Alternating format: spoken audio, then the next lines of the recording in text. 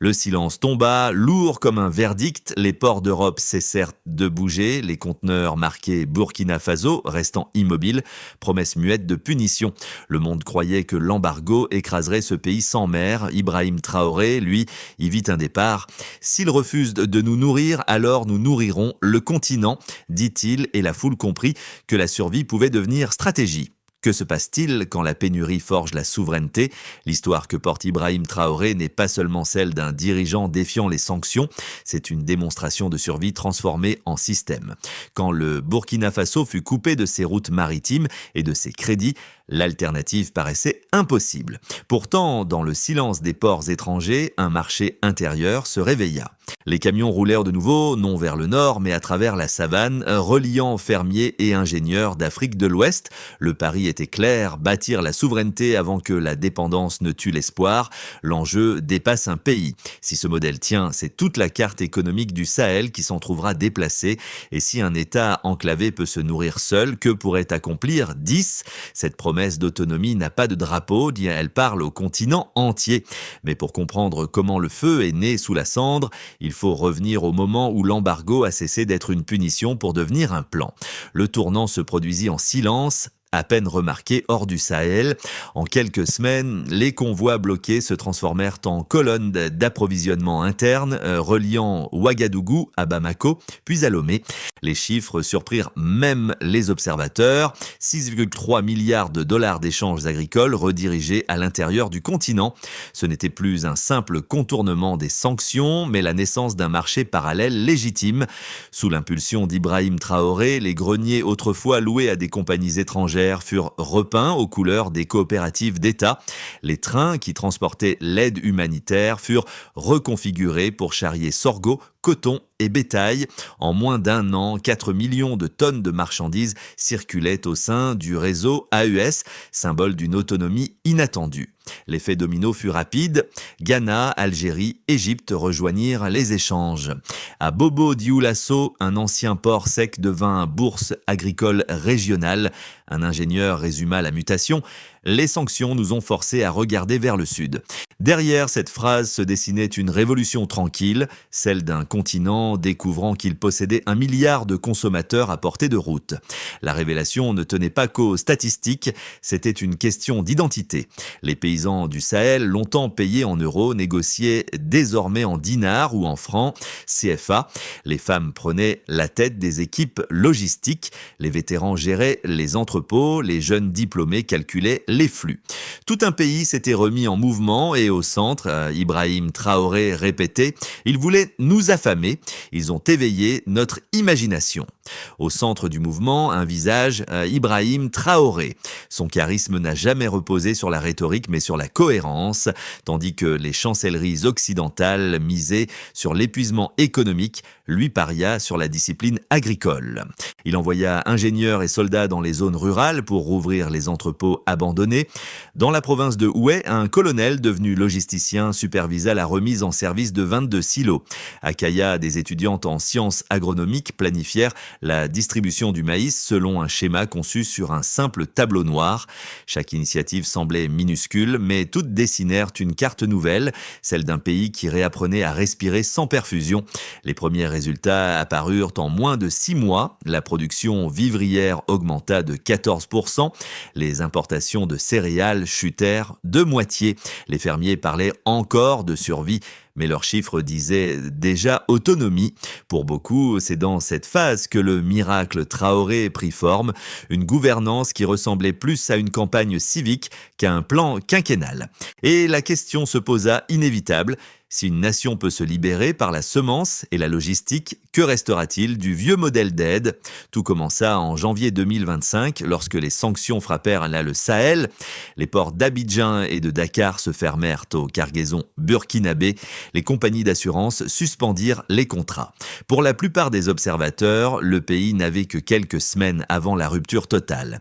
Mais Ibrahim Traoré, conscient du gouffre, convoqua son état-major économique et formula une consigne simple: ne rien exporter, tout retenir. Et en 3 jours, la doctrine prit forme. Les convois de céréales furent redirigés vers les dépôts frontaliers. Les coopératives régionales reçurent un mandat d'urgence pour racheter les stocks privés. L'objectif n'était plus le profit, mais la continuité. Dès février, les rails de l'ancienne ligne Ouagadougou-Lomé furent rouverts, puis étendus jusqu'à Bamako. Le tracé de bien 480 km devint la première artère du corridor AES. Les images diffusées par la télévision nationale montraient des wagons poussiéreux repeints aux couleurs du drapeau. Le mot d'ordre Africa First. Les techniciens travaillaient jour et nuit. À Bobo-Dioulasso, le port sec transformé en centre d'échange fit passer son trafic quotidien de 50 à 600 camions. Le pic de tension survint en mars. Les réserves de carburant fondaient, les engrais manquaient. Le gouvernement lança alors un programme inédit, la fabrication d'intrants locaux à base de phosphate et de déchets organiques. Mali et Niger imitèrent l'expérience, créant un effet de chaîne. Les marchés réagirent à contre-courant. Le prix du sorgho, loin de s'effondrer, se stabilisa. En avril, les analystes de Washington parlaient d'anomalie du Sahel. Pourtant, sur le terrain, personne ne parlait de miracle. On évoquait plutôt une reconversion forcée. Les anciens importateurs devinrent exportateurs continentaux. Les chauffeurs d'aide humanitaire transportaient désormais des denrées régionales. À la fin du semestre, 4,2 millions de tonnes de produits agricoles circulaient à l'intérieur du continent. Les chiffres, si précis soient-ils, ne disaient pas tout. Dans les villages, la fierté renaissait. On brandissait les nouveaux contrats libellés en francs CFA. Le point culminant arriva en juin. Ibrahim Traoré prit la parole depuis la place de la Révolution. Ils ont tenté de nous isoler. Nous avons transformé leurs murs en route. Cette phrase fit le tour du continent. Les radios locales en firent un refrain. Les affiches l'imprimèrent en slogan. L'embargo, conçu comme une punition, s'était mué en plan directeur. Les trains sifflaient de nouveau à la tombée du jour. Et chaque départ symbolisait la même promesse, qu'aucune frontière ne pourrait plus affamer un peuple organisé. À mesure que le plan prenait forme, les données commencèrent à parler d'elles-mêmes. Entre janvier et septembre 2025, la valeur totale des échanges intra-africains issus du corridor AES atteignit 6,3 milliards de dollars, soit une hausse de 24% par rapport à l'année précédente. Ce delta, minime à l'échelle mondiale, représentait une révolution pour le Burkina Faso. L'économie nationale, jadis dépendante de l'aide extérieure, tirait désormais 62% de ses revenus agricoles du commerce continental. Chaque chiffre racontait une histoire, celle d'une résilience calculée. Dans les rapports du ministère du Travail, on lisait que plus d'1 million d'emplois nouveaux avaient émergé dans la logistique, la manutention et le transport routier. Les coopératives féminines, auparavant marginales, assuraient 30% de la chaîne d'approvisionnement. Le taux de chômage des jeunes, longtemps supérieur à 40%, tomba à 17% en 8 mois. Ces indicateurs ici vérifiables et traduisaient une dynamique que même les analystes les plus sceptiques peinaient à contester. Dans la capitale, l'université de Ouagadougou établit un observatoire de la souveraineté alimentaire. Les chercheurs y comparaient les indices d'importation de céréales avant et après le blocus, une chute de 52% des importations de riz et de blé compensée par la montée des productions locales. Le déficit commercial intérieur fut comblé en 10 jours. Les diplomates étrangers s'interrogeaient comment un pays privé d'accès maritime parvenait-il à équilibrer sa balance ? Ibrahim Traoré répondit sans détour « Nous avons remplacé la dépendance par la discipline ». La phrase fut reprise dans toute l'Afrique francophone. Elle devint la devise implicite du programme, une indépendance mesurée non par le PIB, mais par le pourcentage de biens produits et consommés sur place. Les résultats dépassèrent le champ économique. L'indice de confiance publique atteignit des niveaux inédits, plus de 80% d'approbation selon les sondages nationaux. Les revenus des exploitations rurales progressèrent de 18%. Les coopératives régionales financèrent la création de 12 zones agro-industrielles destinées à transformer les matières premières localement. Dans les chancelleries, on évoquait un effet immunitaire. Les sanctions prévues pour affaiblir le pays l'avaient au contraire fortifié. Les chiffres s'accumulaient, précis, implacables. Mais derrière chaque pourcentage se cachait une idée simple, que la dignité pouvait se mesurer elle aussi en points de croissance.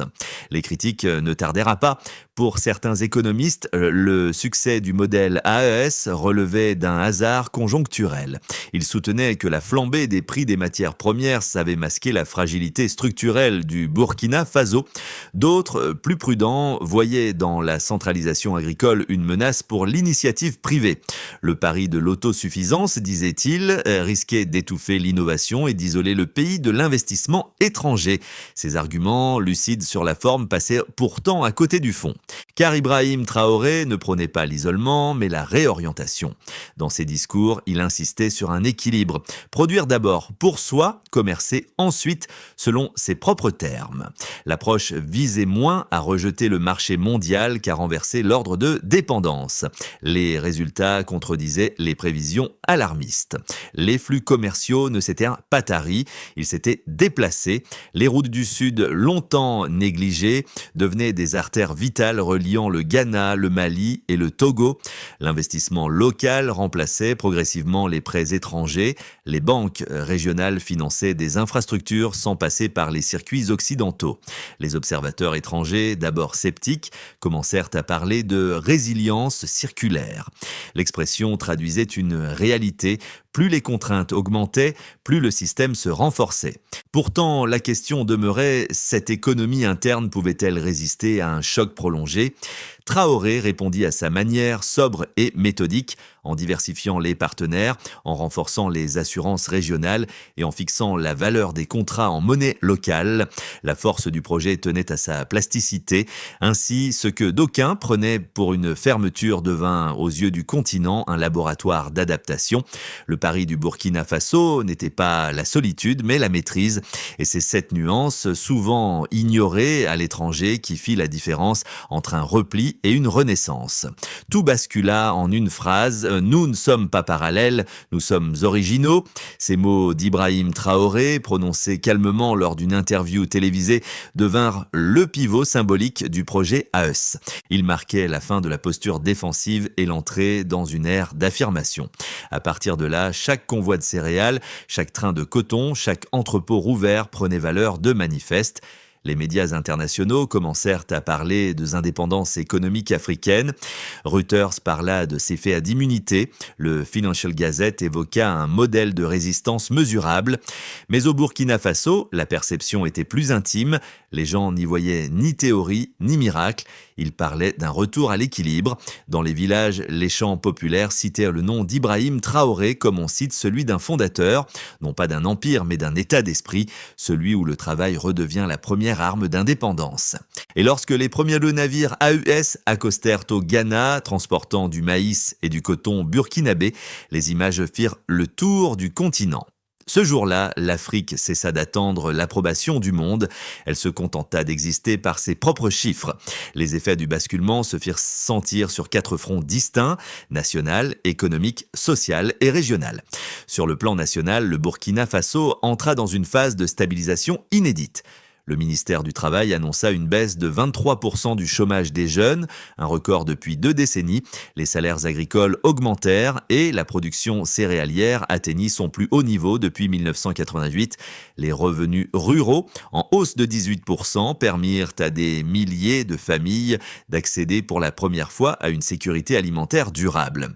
Les coopératives féminines, jusque-là périphériques, devinrent l'épine dorsale du secteur logistique. Économiquement, la balance commerciale intra-africaine afficha un excédent. Les exportations vers le nord chutèrent, mais les circuits internes compensèrent intégralement la perte. Les investissements étrangers, loin de disparaître, changèrent d'origine. La Chine finança 900 millions de dollars pour étendre les voies ferrées du Sahel et la Russie proposa un échange engrais-céréales sous l'égide des BRICS. Les flux financiers furent convertis en monnaie locale, réduisant la dépendance au dollar. Socialement, la mutation fut visible. Dans les écoles, les cartes du commerce affichaient désormais l'Afrique au centre. Les jeunes ingénieurs rêvaient d'optimiser des entrepôts plutôt que d'émigrer. Les slogans de la sanction à la semence et le sol est notre banque recouvraient les murs de Ouagadougou. Dans la petite ville de Koudougou, un vieil agriculteur résuma la transformation.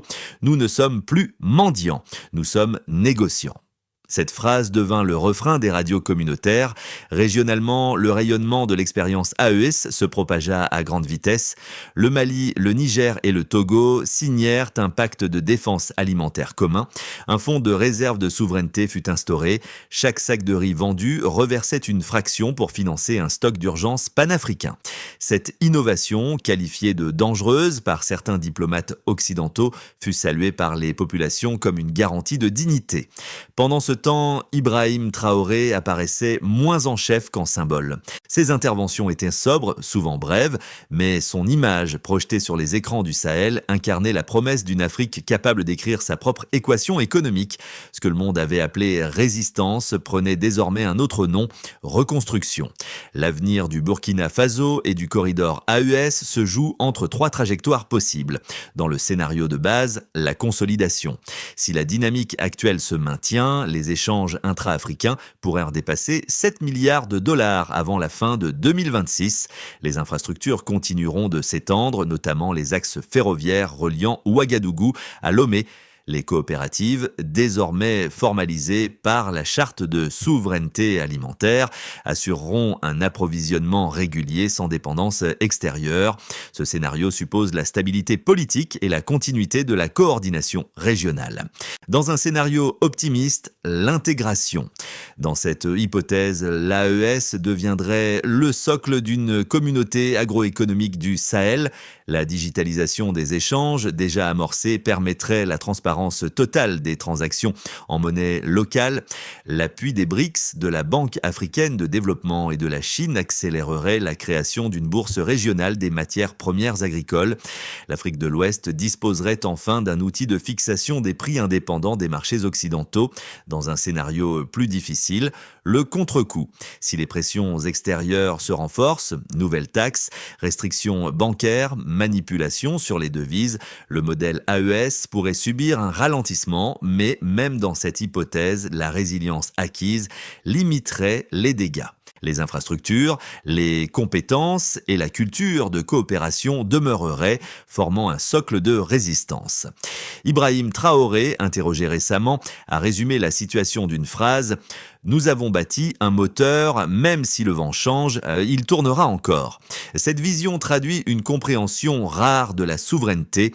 Elle n'est pas un état figé, mais un mouvement entretenu. Si l'Afrique veut transformer cette expérience en système durable, elle devra éviter deux pièges, le triomphalisme et l'usure. Car l'autonomie se défend chaque jour, non par la défiance, mais par la cohérence.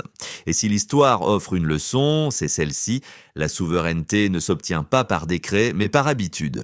Au-delà des chiffres et des trains chargés de céréales, il reste une dimension humaine, celle du regard que portent les Africains sur eux-mêmes.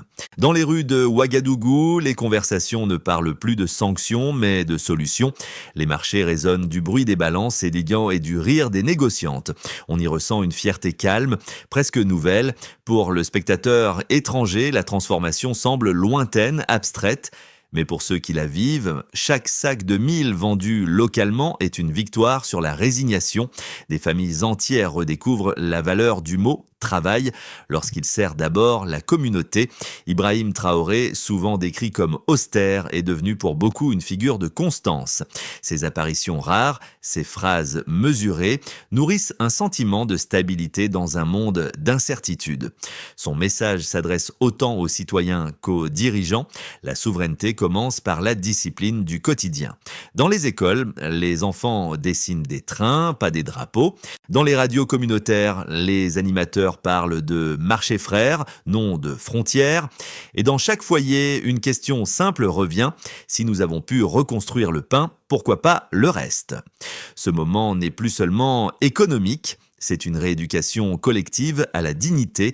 Le gouvernement du Burkina Faso a transformé l'élan populaire en programme structuré.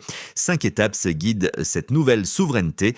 D'abord, consolider le corridor AES. Chaque tronçon ferroviaire doit être doublé d'un axe routier parallèle pour garantir la circulation constante des biens. Ensuite, industrialiser localement.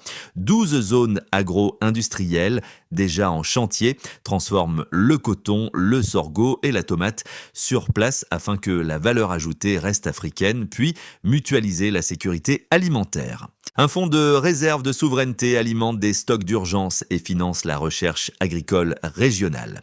Par la suite, numériser le commerce, une plateforme unifiée de règlements en monnaie locale, soutenue par la Banque africaine d'exportation, réduit les délais de paiement et contourne les systèmes bancaires occidentaux.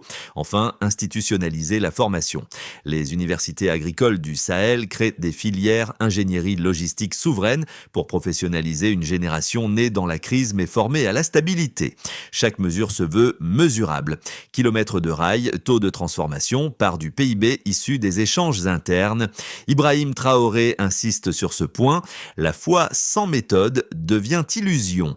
Le succès de la réforme dépendra de cette alliance entre conviction et calcul, car la souveraineté ici ne se décrète pas.